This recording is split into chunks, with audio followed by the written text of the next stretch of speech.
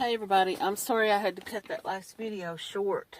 I had to have my phone, and I knew just as soon as I paused and I hit one of my apps that I needed to open for my coupons from the Dollar General, that it was going to cut the video off anyway. And I had to have that because I had to see what I had on my store list. Okay, so let me get back to what I was talking about. Y'all, I get jazzed up when I talk about this stuff. If you don't have my link to my YouTube, just ask and I'll give it to you. I've been talking about this since 2019. I didn't even start watching CMC till 2021. And I was already talking about narcissism. The reason I started talking about her was because of my interest, or not interest. I don't have an interest in narcissists. I used to when I was with one. But just to talk about it, to explain it, to educate people. I mean, I'm no educator, and I'm not educated in this just from default, just as I learned it for myself. Everything back there's falling over, but I don't care. I don't know what fell over back there. I guess it was my paper towels. Devalue. That was where I had gotten to. The devalue stage is when you are, for me it came about really quickly because of other circumstances going on with his ex and his family, his children, his, all that was going on. Had it not been for all of that going on in the background, I may still be with this man, and I may have been more seriously damaged and more seriously injured, is what it's called, injury. And my life may have taken a really, really tumble. As bad as it was at the end, I'm glad to say that it ended pretty quickly, because some people deal with these people all their lives. Now, you got to the devalue stage. This is when the narcissist starts to kind of pull away. Like I said, for me, it was really quickly. Anybody who's been in a relationship with a partner, a love partner, after a few years, that hot desire, that lust, that passion, that can't wait to see him, can't wait to be with them, it kind of starts to settle and it kind of starts to calm down. And after a while, it becomes routine. It becomes more, you still love the person, and you're glad to have them in your life, and you're glad that they're with you, and you're having a family together and a life together. But that overwhelming just desire and love has turned into more of a peaceful, calm, settled kind of love. Now, with a narcissist, it happens much faster. They don't have time, because they have to get through these stages as fast as possible. But there's a difference between love going from this hot, wild, red hot, can't get enough of each other, to calm and more settled routine. There's a difference in that and the narcissist going from that overwhelming feeling and love and desire to basically making you feel like you're not worth their time. Basically making you feel like, and sex is one thing, and I've got videos on YouTube about that. Sex with a narcissist is, they are either porn addicted, absolutely porn addicted, or they are celibate, basically, with you, but not with the rest of the world. Because the narcissist sleeps with others, they screw around at random, they screw around by opportunity. It's not necessarily that they are in an affair, which most of them are. I will say this, not everyone who cheats is a narcissist, but all narcissists cheat. They may not, let me not get too graphic here. They may not have sex with another person, but they are texting, they are talking, they are going behind. And there's another form of cheating that a lot of people don't talk about or realize.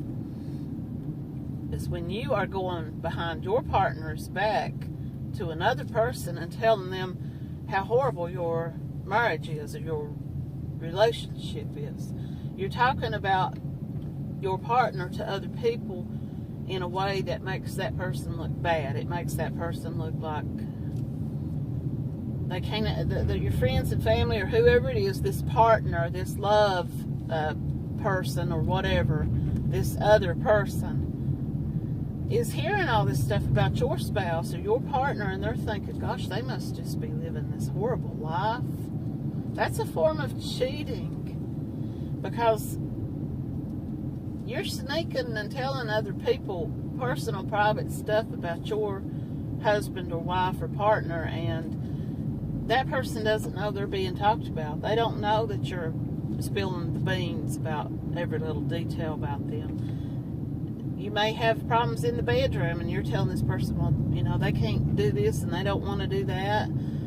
Or that your partner, your wife, or your husband may become sick, and sex might become something that is not available right then. And you're over here telling this other person, well, they can't do it with me because they're sick, you know. You're basically throwing this person under the bus, and they don't even know it. You're cheating on them emotionally. I can't think of the word right now. But once you get through that devalue, you start to question them. You start to question yourself. You start to question every person in the world. You think that you think this person hung the moon. They make you feel like that you hung the moon. They make you feel like that you're the best thing that ever happened to them. And then all of a sudden, they start making you feel like you're not that great.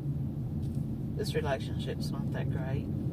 They start to pull away from you. I remember one of the first things that I noticed was the limited amount of time that we had together because of our jobs overlapping. I worked day shift, he worked night shift. He worked like 12-hour nights. He would come home from work at like 6 o'clock in the morning, 5 o'clock, 6 o'clock. I would get out of bed.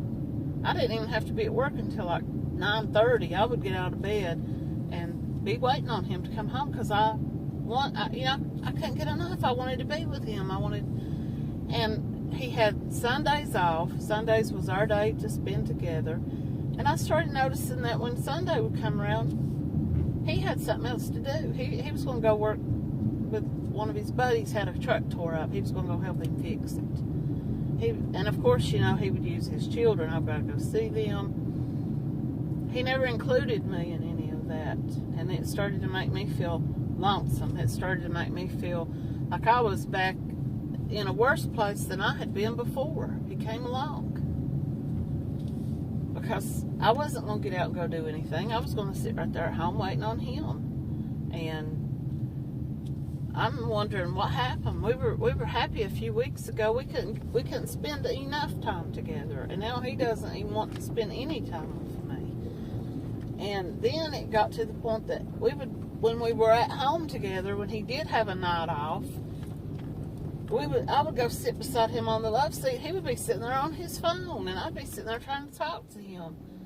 And it just got to where they start to ignore you. They start to, when you say something to them, you know, or they deny anything you ask them. Do you want to go get a pizza? Do you want to go for a walk? Do you want to go sit outside and light a bonfire or whatever? They're like, no, I got to do this. And they don't want to pay any attention to you. That is devalue, and that is the stage to where you start to feel. You start to question them, and then you really start to question them, because the whole time they're doing this to you, the whole time they're with you, and they're on their phone. And see, CMC may not be talking to another guy, but I guarantee you she talked to Amy and these other women friends about things going on in her house with her partner, whether they were true or not. Because that's how narcissists gain sympathy. That's how they make themselves this victim. That's how they get people to really feel like I understand them now. I understand why they behave the way that they do now. Because they're so mistreated. Their partner just doesn't understand them or want them. And basically, while they're over there telling this other person that, they're treating their partner that way. They're turning their back on their partner. Yet they're telling everybody else it's the other way around. Then they start to spend more time away from you. They don't have time. They don't take your phone calls. He and I would sit up all hours of the night. And I've got a video on, I may have it on Facebook, but I know I made one for YouTube, about sleep deprivation and how you don't even realize at the time that that's a form of manipulation. Because they're testing you to see if you're willing to sit up all night long talking to them. They're testing you to see if you're willing to give up your sleep and your rest to sit there and text and talk to them. And then once they've got you and you're you're overwhelmingly happy, all of a sudden they don't have time to text anymore. Go get you some sleep. He used to even say that to me. Come 10 or 11 o'clock at night, I'd be texting him. I'd be laying in his bed, in our bed, that when I had moved into his home. And I'd be texting him at 9:30, 10 o'clock, and he'd say, okay, honey, work's starting to get real busy right now, so you go on ahead and go get you some sleep, and I'll talk to you in the morning. Before, when he was love-bombing me and grooming me, he would keep me up all night talking to him. And I would get up the next morning to go to work, maybe having gotten 2 or 3 hours of sleep. But I wouldn't care because I knew I was going to get to talk to him. And I knew, I just felt so happy. I felt like I had discovered, what is it called? The Labyrinth, on that movie. I had discovered paradise. I had discovered whatever. But it was all fake and phony, and none of it was real. None of it was real. He never had any feelings for me. Narcissist, CMC doesn't care anything about those people. When somebody tells her their hard luck story about their sick child or their sick parent or they've lost their spouse or their sister or whatever, she's like, oh, I hate to hear that. I'm so sorry for you. 5 seconds rather later, she's over here, start party! She has no emotion. The only emotion, and I've repeated myself so many times, the only emotion a narcissist has is the joy that they get out of manipulating people. She's genuine when she's screaming and shouting and how happy that she's getting all these gifts and money. And when she's acting nasty to people and smarmy and condescending and putting them down, that's the true her. When she's acting all happy and joyous, the only time you see any real happiness or joy from her is when she is getting money.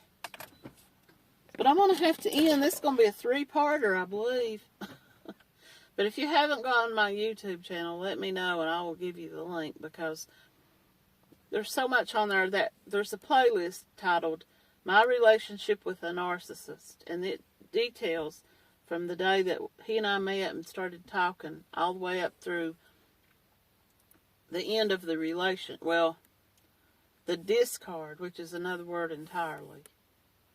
But I've got to get my groceries in the house. I've got milk and ice cream, and I don't want them to spoil. But I will come back and talk more about this. I'm glad you asked that question, CMC. I've got a whole lot of stuff I could tell you about narcissism.